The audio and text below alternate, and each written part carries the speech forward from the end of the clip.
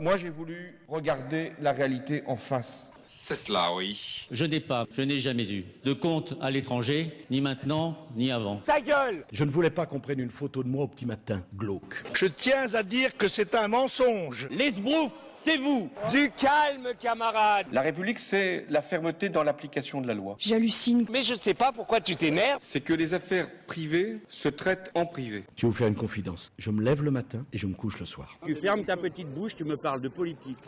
Bonsoir à tous, bienvenue dans ce nouveau numéro de l'Hebdo Politique. Pour nous accompagner lors des 30 prochaines minutes, Roger Carucci, sénateur UMP des Hauts-de-Seine et conseiller régional d'Île-de-France.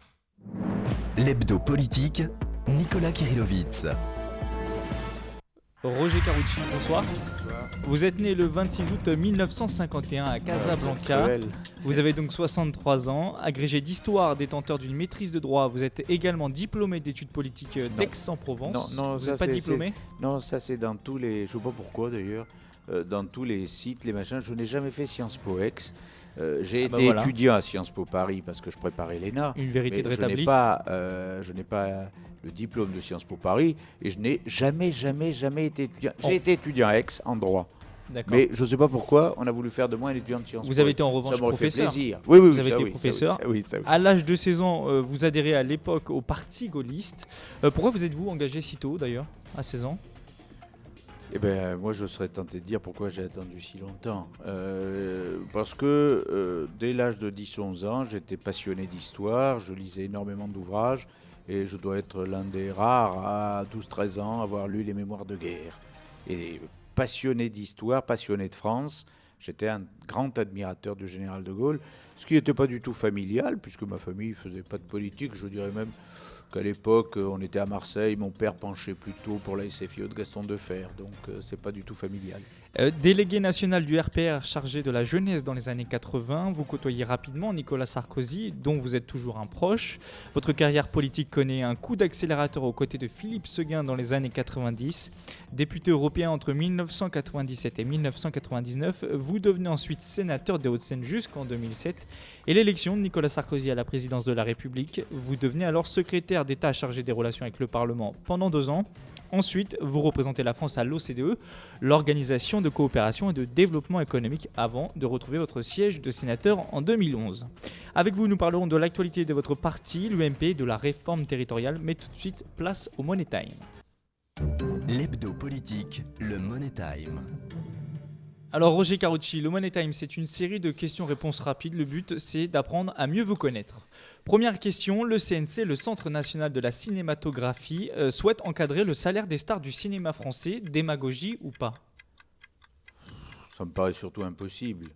Le salaire des stars de cinéma, il n'est pas fixé par la France. Par définition, il y a tellement de productions hollywoodiennes, américaines, canadiennes, maintenant européennes, que ça n'aurait pas beaucoup de sens de dire que nous, en France, on fixe le salaire des stars et que dès qu'elles vont tourner un film chez les autres, elles n'ont plus du tout le même salaire. Donc, démagogie. Pouvoir reprendre ses études là où on s'est arrêté, c'est l'une des mesures proposées par la ministre de l'Éducation, Najat Vallaud-Belkacem, pour lutter contre le décrochage scolaire. L'idée vous séduit-elle ? L'idée est bonne, mais moi qui fus, vous avez oublié dans ma biographie ô combien sympathique, qui fut inspecteur général de l'Éducation nationale, l'idée est bonne. La réalité est impossible. Enfin, ça dépend depuis combien de temps vous avez arrêté. Si vous avez arrêté 2 ans avant, vous pouvez reprendre au niveau où vous étiez.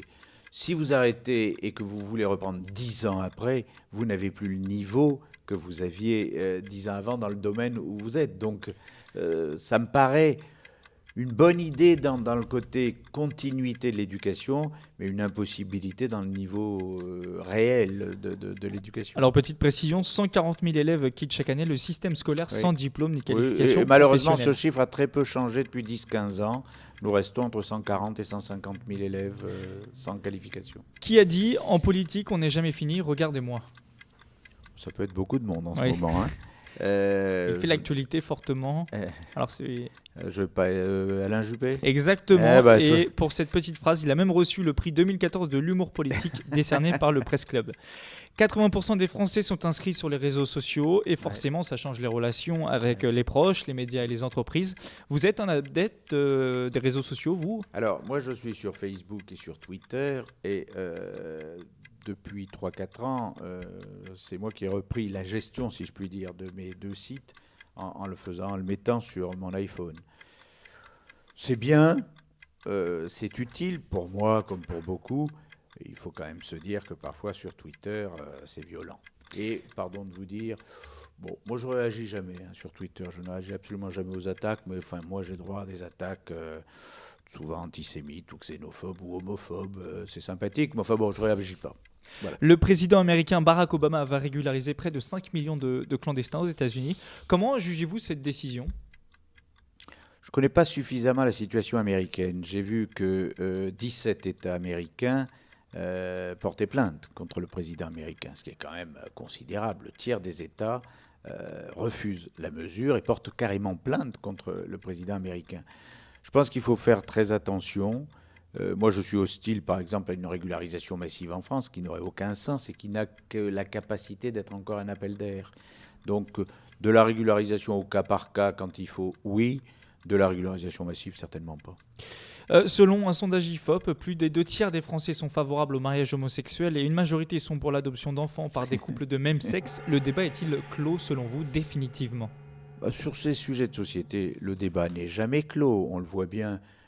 Vous voyez, quand par exemple, moi j'aurais voté oui, bien sûr, mais quand le gouvernement socialiste aujourd'hui a fait à nouveau, enfin le gouvernement, a fait revoter une résolution, un texte pour le 40e anniversaire de l'IVG, vous vous dites c'est quand même curieux. À partir du moment où c'est accepté par tout le monde, pourquoi faire un nouveau vote ? Parce que ça relance le débat, bien sûr. Alors, à l'intérieur de l'UMP, tout le monde n'est pas d'accord sur qu'est-ce qu'il faut faire sur ce texte de loi. Bon, il y aura des débats internes à l'UMP, puis on verra ce qu'on fait en 2017, c'est assez loin. Tout le monde n'est pas sur la même ligne. Il faut regarder un peu calmement ce qu'on peut faire sans heurter les gens, sans heurter les consciences. Moi, je pense que le gouvernement s'y est mal pris, a braqué beaucoup de monde, et on aurait pu trouver des voies de passage. L'hebdo politique sur Sensation. Premier thème de cet hebdo politique, l'actualité de votre parti, l'UMP. Évidemment, personne n'a pu y échapper. Cette semaine, le parti de droite a un nouveau président. Nicolas Sarkozy élu avec un peu plus de 64% des voix face à Bruno Le Maire, 29%, et Hervé Mariton, 6% des suffrages exprimés. Une semaine après cette élection, qu'est-ce que vous vous dites ? Ça y est, il est enfin de retour ? Écoutez, moi j'ai vécu mercredi la première réunion de bureau politique avec un Nicolas Sarkozy président. Je serais tenté de dire en sortant, boss is back. Par rapport aux réunions des bureaux précédents, conflictuels ou vides d'annonces et de débats, on sent que c'est comme ça. On peut s'en plaindre ou s'en féliciter. Il y a un vrai patron élu, légitime, qui va conduire les choses. Donc, c'est une bonne chose pour le parti. Alors après, il y aura le débat des primaires. Mais aujourd'hui, avoir un patron incontesté, dont l'élection est absolument incontestée, permet d'avancer, d'aller sur l'opposition à la gauche et les projets. Vous êtes un proche et un fidèle de Nicolas Sarkozy. À aucun moment, vous n'avez douté de son envie de revenir et de sa capacité à s'imposer ? Vous n'avez pas douté de cela pendant 2 ans ? J'étais interrogatif en 2012.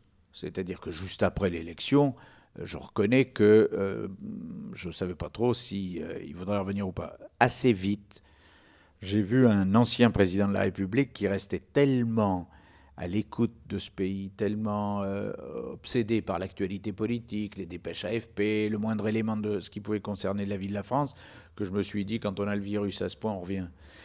Ce qui explique qu'assez vite, j'ai considéré qu'il fallait envisager le retour. L'une des surprises de ce scrutin, c'est le score de Bruno Le Maire, 29% des suffrages. C'est une bonne chose pour le renouvellement, ou alors vous dites les voix qui ont été mises sur Bruno Le Maire, elles auraient été peut-être mieux pour encore plus assouvir le score de Nicolas Sarkozy? Non, moi je ne suis pas pour un score à la Corée du Nord, ou si tant est qu'on y vote, ou aux anciens régimes de Ben Ali ou de Moubarak, où quand on faisait 91%, on se disait tiens, c'est de la démocratie, il y en a 9 qui n'ont pas voté.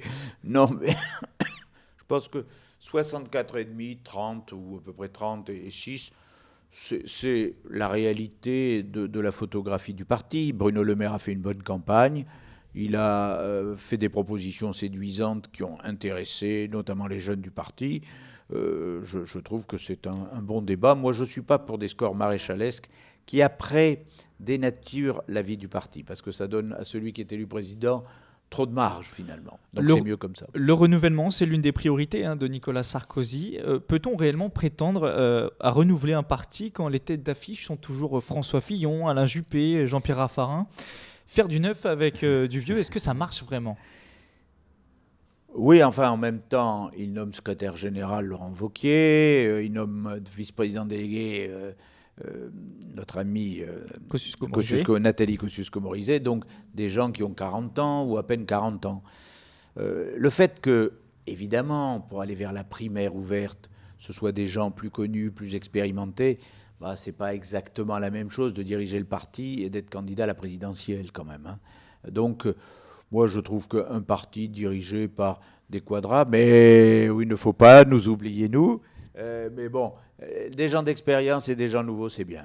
Le fait de faire des transitions comme ça, c'est bien. Nicolas Sarkozy souhaite changer le nom du parti. C'est vraiment important, selon vous, ou est-ce uniquement cosmétique? C'est une Non, importance. C'est pas cosmétique, parce que ça s'accompagne forcément d'une réforme des statuts, ça s'accompagne d'un élargissement de la base, ça s'accompagne d'une ouverture, ce qui veut dire que c'est pas uniquement on change le nom, on change aussi les statuts, on ouvre, on essaye d'en faire un grand parti moderne avec 500 000 adhérents, ce qui ne s'est pas produit en France pratiquement depuis le général de Gaulle et le RPF. Donc il y a un objectif qui est politique avant d'être simplement cosmétique sur l'appellation. Après, il faut trouver un nom qui convienne à tout le monde. Moi, j'ai proposé, puisqu'on nous dit il ne faut plus des sigles, il faut trouver autre chose. Bon, après tout, on est républicain, on adore la France et on veut le rassemblement. Je trouve que France rassemblée ou la France rassemblée, c'est très joli. Rassembler, donc, c'est l'autre ambition de Nicolas Sarkozy. Il y a ceux qui pensent qu'il faut pour cela aller chercher l'électorat du centre, comme Alain Juppé ou Jean-Pierre Raffarin, et ceux qui pensent qu'il faut rattraper l'électorat passé dans le camp du Front National. Quel est votre point de vue à vous? Les deux. Est-ce que c'est possible les deux, honnêtement? Je suis pour qu'on ramasse. Non, mais qu'est-ce que c'est cette histoire?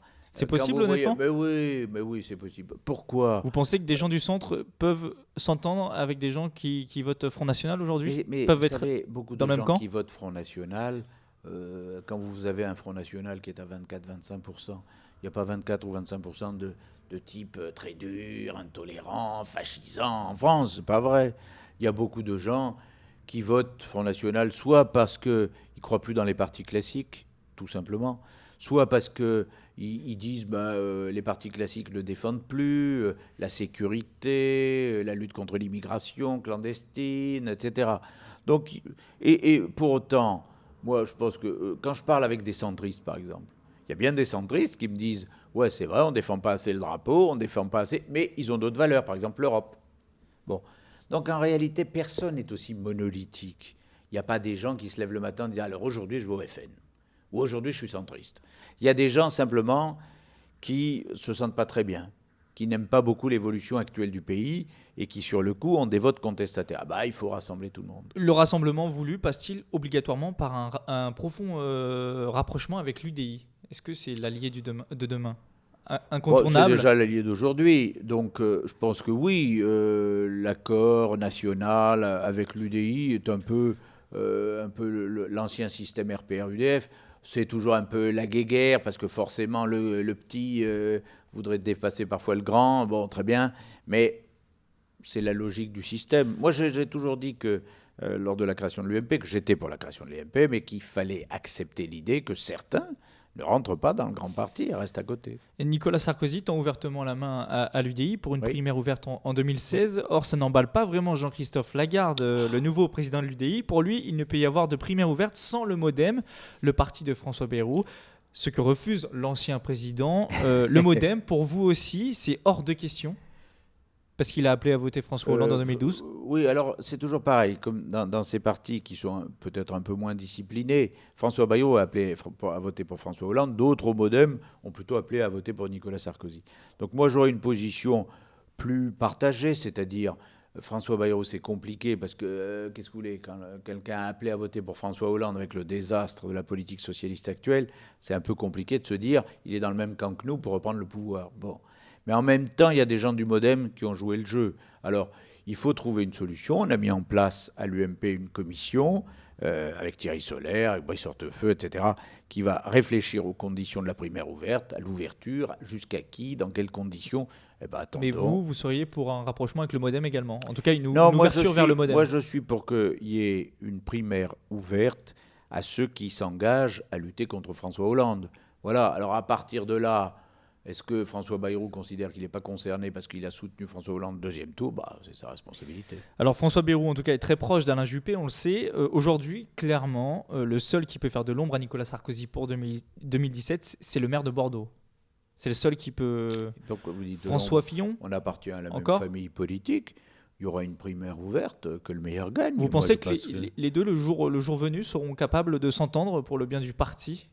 C'est-à-dire, au lendemain de la primaire ouverte, celui qui aura gagné sera le candidat à la présidentielle et l'autre, par définition, le soutiendra. C'est même pas un problème on effacera tout. La réalité politique s'imposera. Ça plaira ou ça plaira pas. La réalité politique, elle sera là. Parce que si vous avez deux candidats le jour venu de 2017, ça veut dire que le candidat de gauche peut être devant et le FN devant. Donc vous n'êtes même pas au deuxième tour. Ce qui serait quand même une aberration. Cette semaine, Nicolas Sarkozy a remboursé à l'UMP les pénalités qui lui ont été infligées suite à l'invalidation de ses comptes de campagne de 2012. Vous saluez cette décision? Oui, moi j'ai considéré... C'est pas une forme d'aveu quelque part? Non, parce que je dois dire que je ne suis pas très spécialisé, je ne suis pas juriste non plus, mais Bercy avait donné un accord, et on a des notes de la Direction générale des impôts, etc. de l'époque. Trésorier payeur général avait accepté le paiement par l'UMP. Bon, moi je ne vois pas très bien où est le débat juridique, mais c'est vrai qu'il y a débat. Je constate d'ailleurs qu'on a mis en examen l'ancienne trésorière de l'UMP dans cette histoire de paiement des pénalités, ce qui me laisse extrêmement sceptique sur ce qui s'est passé. Et voilà, alors Nicolas Sarkozy a voulu rembourser. Pourquoi? Non pas parce qu'il se sentait en quoi que ce soit responsable ou coupable de cette affaire, mais simplement parce que quand vous devenez président de l'UMP et que quelque part il y a une procédure judiciaire à l'égard de l'UMP sur ça, c'est un peu difficile d'être le président et d'être... Voilà, il y a un peu... non pas de conflit d'intérêts, mais il y a un peu une règle qui consiste à ne pas mettre son parti en jeu. Enfin, le nom de Nicolas Sarkozy est cité dans de nombreuses affaires. Big Malion, sondage de l'Élysée, soupçons sur le financement de la campagne de 2007, corruption présumée dans l'enquête sur l'affaire Bettencourt. Y a-t-il aujourd'hui une épée Damoclès au-dessus de la tête de l'ancien président et donc de votre parti, finalement? On a dit ça beaucoup. Pour l'instant, le nom est uniquement cité. Il y a une mise en examen également? 2 ans? Non. Il y a eu une mise en examen dans l'affaire Bettencourt qui a été annulée. Il y a une mise en examen qui est, entre guillemets, gelée à la demande de la magistrature en disant c'est pas très clair, on ne sait pas bien où on est. Bon, très bien. Après, on apprend c'est pesant tout de même.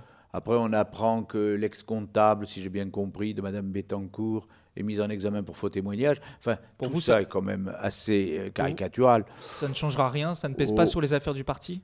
Non, je ne crois pas. Sur la vie, en tout cas, du parti? Non, sur la vie du parti, sur la capacité de Nicolas Sarkozy à présider, à impulser le parti, non. Voilà. Alors après, on verra, les affaires seront traitées au fur et à mesure, mais pour le moment, ça a plus de... Pardon de dire ça comme ça, mais ça a plus de portée médiatique que de portée politique. On marque une pause musicale et on se retrouve tout de suite après sur Sensation. L'hebdo politique sur Sensation. De retour dans l'hebdo politique en compagnie de Roger Carucci, sénateur UMP des Hauts-de-Seine et conseiller régional d'Île-de-France. Parlons maintenant d'un sujet qui attise les tensions entre élus, la réforme territoriale. Elle a été actée depuis la fin du mois dernier. Le nombre de régions après un dernier tour à l'Assemblée va passer de 22 à 13 au 1er janvier 2016. François Hollande aura donc réussi là où beaucoup n'ont même pas osé aller. L'image d'un président mou, hésitant, qui lui colle à la peau depuis le début de son mandat, est-elle envolée avec cette réforme? Oh non, malheureusement pour lui, non. D'abord parce que, encore aujourd'hui, on se demande quel est l'intérêt. De cette réforme? Oui, bien sûr. Je ne parle pas pour la région Île-de-France, puisque nous ne sommes pas touchés. Nous restons l'Île-de-France, ça ne change rien pour nous. Mais pour les autres, ce sont quand même des regroupements très factices. C'est-à-dire que la logique eût voulu, mais ce n'est pas la logique retenue par le gouvernement, qu'on parle d'abord des compétences des régions et des départements, et qu'en fonction des compétences retenues par les régions, on se dise, puisque telle compétence est attribuée aux régions, voilà comment on se regroupe. On a fait l'inverse. On a dit non, on prend des ciseaux, on vous regroupe par deux, voilà, et on dit qu'il y a moins de régions, mais sans débattre des compétences, sans débattre des budgets, sans débattre des capacités de fonctionnement. Vous pensez que ça a été trop vite ? Ça a été à l'envers. Ça a été à l'envers. C'est même pas que ça a été trop vite, parce qu'on pourrait dire on parle du regroupement des régions depuis des années. Mais moi, j'aurais préféré que le texte qui va venir d'ailleurs dans quelques semaines sur les compétences des régions et des départements soit le premier, et qu'ensuite, en fonction de ce qu'on a attribué aux régions et aux départements, on se dise, puisque c'est ça qu'on a donné aux départements, puisque c'est ça qu'on a donné aux régions, comment on se regroupe ? Quels sont les liens ? Quels sont les vrais bassins d'emploi ? Quels sont les vrais bassins touristiques ? Tandis que là, on regroupe et après on se dit, bon, qu'est-ce qu'on leur donne comme compétences ? C'est quand même le monde à l'envers. Les compétences, on va revenir dessus. Juste une question avant. L'objectif numéro 1 de cette réforme, c'est notamment de créer des régions à taille européenne. C'est du cet pipeau. Objectif, vous semble-t-il, atteint pipeau. avec cette réforme ? C'est du pipeau. Les régions allemandes, d'habitants, comme les régions espagnoles, sont plus petites que les régions françaises. En taille. Mais en taille, en nombre d'habitants, en en tout nombre cas. d'habitants et en superficie. Mais non, elles sont sont plus sensiblement les mêmes que les Länder. Regardez, la population de la Catalogne, c'est plus petit que l'Île-de-France. Regardez la population du Pays Basque, c'est nettement plus petit que nos régions. En moyenne, les nouvelles régions, ce sera 4,8 millions d'habitants et les Länder en Allemagne, c'est 5,1 millions. Donc bon, on sera sensiblement la même chose. Nous, on est à 11 millions, 12 millions d'habitants en Île-de-France. Le vrai sujet, c'est pas qu'est-ce que vous avez comme population ou comme territoire. Le vrai sujet, c'est qu'est-ce que vous avez comme moyens. Qu'est-ce que vous avez comme budget ? On est ridicule. La région Île-de-France, avec 12 millions d'habitants, a un budget nettement inférieur à des régions allemandes de 4 millions. Okay. Pourquoi ? Parce qu'on a donné beaucoup de pouvoir aux régions allemandes. Nous, on circule. Donc il faudrait transférer plus de compétences pour vous aux régions, comme les Länder en Allemagne ? Là, je suis d'accord, mais à une condition. C'est que l'État vraiment transfère les moyens, les compétences et la capacité budgétaire. Parce que pour le moment, l'État transfère ce qu'il n'arrive pas à gérer, tout en se gardant des marges de manœuvre, ce qui est absurde, on dépense 2 fois. Alors vous l'avez dit, les compétences des régions vont être examinées au Sénat bientôt, la semaine prochaine. Une chose est actée pour le moment, c'est le rôle prépondérant des régions dans le domaine économique. Oui. Cela va dans le bon sens ? Alors ça, c'était déjà le cas dans la réforme de 2003-2004, avec ce qu'on appelait à l'époque le chef de filat en matière de développement économique. Mais moi, je pense qu'il faut effectivement dire très clairement qu'en matière d'emploi, de développement économique, les régions sont les collectivités organisatrices et gestionnaires, oui. Des doutes subsistent sur les routes départementales, les collèges, les transports scolaires. Alors sur les collèges au Sénat, doivent-elles revenir aux régions ? Non, alors sur les collèges au Sénat, la commission concernée a d'ores et déjà voté contre le transfert aux régions. Pareil pour les transports scolaires. C'est une bonne chose. Pourquoi ? Oui, parce que sincèrement, moi je vois par exemple pour l'Île-de-France, nous avons quelques 600 lycées. Un grand nombre de CFA. Et nous devons avoir pas loin de 2000 collèges. Sincèrement, comment on peut gérer en proximité autant d'établissements ? Donc c'est vrai que le fait que les collèges soient gérés par les départements, ça me paraît assez cohérent. Moi j'étais même plutôt, je vais vous dire, pour le transfert des lycées aux départements et pour le fait que les départements gèrent collèges et lycées et que nous ayons en région des capacités d'intervention dans le domaine universitaire, de la recherche et dans le domaine économique. La région ne peut pas tout faire, voilà. Elle n'est pas capable de le faire d'ailleurs, elle fait mal. Un temps évoqué pour 2020-2021, la suppression des départements n'est plus à l'ordre du jour. La fronde des élus a été importante sur ce sujet. Reculade ou sage décision du gouvernement ? Sage décision, même si c'est une reculade quand même. C'est une bonne reculade. C'est-à-dire que c'est incohérent dans le positionnement, parce que maintenant on nous explique que les départements très urbains en zone métropolitaine pourraient quand même disparaître en 2022-2021, mais dès qu'il y a un débat là-dessus, plus personne ne dit rien. Donc on ne sait pas ce qu'ils veulent faire en réalité. On a bien compris que les départements ruraux ou semi-ruraux, eux, seraient préservés. Attendons un peu le texte justement sur les compétences pour en savoir davantage. En tout cas, vous l'avez dit tout à l'heure, cette réforme territoriale ne change pas grand-chose pour l'Île-de-France. La métropole du Grand Paris est actée depuis le début de l'année. Une gigantesque intercommunalité qui regroupera Paris et 3 départements limitrophes, les Hauts-de-Seine, la Seine-Saint-Denis et le Val-de-Marne. C'est un projet encore méconnu du grand public. Selon un sondage IFOP, 46% des habitants concernés par les métropoles ne voient pas de quoi il s'agit. C'est un chiffre qui vous étonne, 46% des gens qui ne comprennent pas. D'abord, comme pour le moment, elle n'est pas mise en place, par définition, tout ce qui est virtuel, les gens, finalement, s'en fichent. Ce qui compte pour eux, c'est comment fonctionnent les transports publics, est-ce qu'il y a du logement, est-ce qu'il y a de l'emploi. Et je pense que de savoir quelle collectivité gère tout ça, ils s'en foutent. Mais faut-il plus communiquer quand même sur... Non, moi je ne suis pas pour qu'on dépense encore et encore sur de la communication, ça suffit. Trop d'argent dépensé pour rien. Mais il faut qu'on trouve avec le gouvernement une solution raisonnable sur la création de la métropole du Grand Paris au 1er janvier 2016. On a un conseil des élus de l'ensemble des maires concernés qui ont travaillé, qui ont fait des propositions. Le gouvernement est censé nous sortir un texte d'ici la fin du mois de décembre. On l'attend.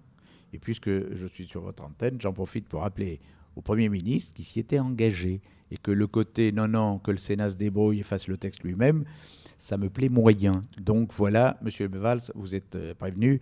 Merci de nous faire un vrai texte. L'appel est passé. Selon les sondés, les objectifs les plus cités de la métropole sont l'amélioration des conditions de transport, meilleure gestion de l'argent public et amélioration des conditions de vie. Ça servira vraiment à ça, le Grand Paris ? Alors le problème, c'est là... Ou là, on fait fausse route, là. Je crains qu'on fasse fausse route, parce que par exemple, les transports publics ne sont pas transférés à la métropole. Ça reste de compétence à la région, avec quand même, normalement, je dis normalement, la possibilité pour la métropole du Grand Paris d'avoir ce qu'on appelle une AO2, c'est-à-dire une autorité organisatrice de deuxième rang, en clair, de pouvoir organiser le métro, les bus, peut-être les RER. Quelles seront les compétences principales de la future essentiellement, le logement, l'aménagement du territoire et un certain nombre de prérogatives en matière, en réalité, de développement économique et d'ouverture. Voilà.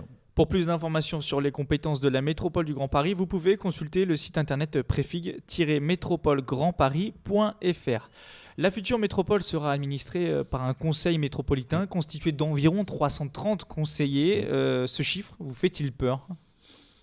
Je n'aime pas beaucoup les grandes assemblées, mais bon, on n'a pas trouvé meilleur moyen pour faire en sorte que les petites communes aient au moins un représentant. Quand évidemment vous avez autant de communes dans le périmètre, si les petites en ont un, forcément les moyennes en ont deux, les grandes en ont trois, donc vous arrivez assez vite à 300. Bon, c'est comme ça la vie, il faut le faire.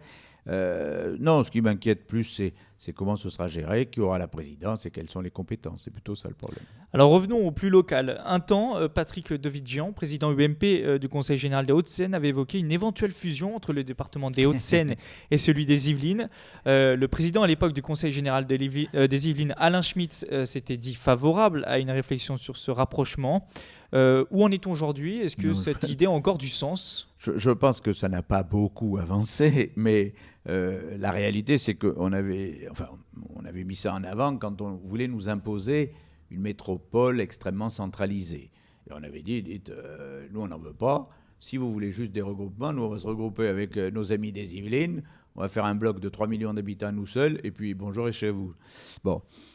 Comme on avance sur la métropole et que je pense qu'on finira par avoir une solution, on c'est va une idée oubliée. Tranquillement. Oubliée, non, parce qu'on ne sait jamais. Mise de côté pour le moment. Mais pour le moment, elle est un peu écartée. Oui. Dernière question. L'actualité la plus récente de la région Île-de-France, ce sont les discussions autour du budget 2015, dont on ne connaît pas encore précisément les détails.